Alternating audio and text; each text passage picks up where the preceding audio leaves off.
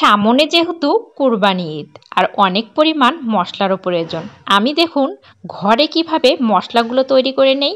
মাছ, মাংস, সবজি সব ধরনের মশলাতে আপনারা এই মশলাগুলো ব্যবহার করতে পারবেন এবং এই মশলাগুলো যে কতটা স্বাস্থ্যকর সেটি আপনারা একবার তৈরি করলেই বুঝতে পারবেন। বাজারের মশলাতে যে কত ধরনের ভেজাল থাকে সেগুলো করার কি দরকার আছে, তার থেকে কম টাকায় আপনারা ঘরেই তৈরি করে নেন। এই যে এখানে শুধু আমি জিরা ভেজে নিচ্ছি।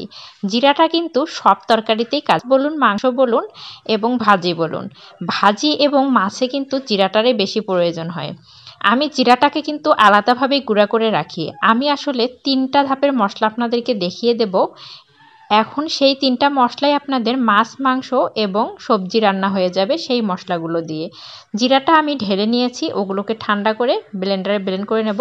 আর এই যে এখানে ধনিয়া, তারপর মিষ্টি জিরা, তারপর রাঁধুনি, এই 3টা মশলা একসঙ্গে আমি কিনে রেখেছিলাম।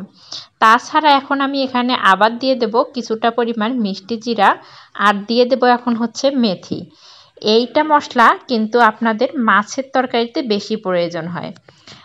জিরাটা এবং এই মশলাটা মাছের মধ্যে ব্যবহার করলে আর কোনো মশলার প্রয়োজন হয় না। আর হচ্ছে এখন এগুলোকে আমি ভেজে নেব। ভেজে নেওয়ার পর আবার এগুলোকে আলাদা আমি ব্লেন্ড করে একটা বক্সে রেখে দেব। আমি আপনাদেরকে সুন্দর করেই বুঝিয়ে দিচ্ছি। জিরাটাকে আমি আলাদা গুঁড়া করে রেখে দিই আলাদা বক্সে, এই মশলাটাকে আলাদা বক্সে রেখে দেই। তারপরে আমি করে দেখাবো আপনাদেরকে গরম মশলা, যেটা মাংস বলুন, আপনার বিরিয়ানি বলুন, তেহেরি বলুন, সবটাতেই চলে যাবে।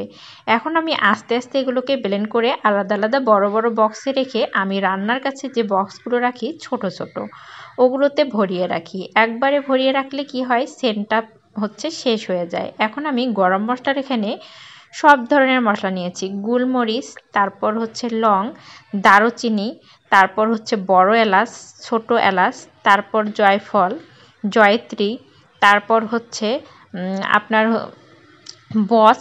অনেকে বসটা চেনে না, বসটা দিলে কিন্তু আসলে অন্যরকম একটা ফ্লেভার আসে।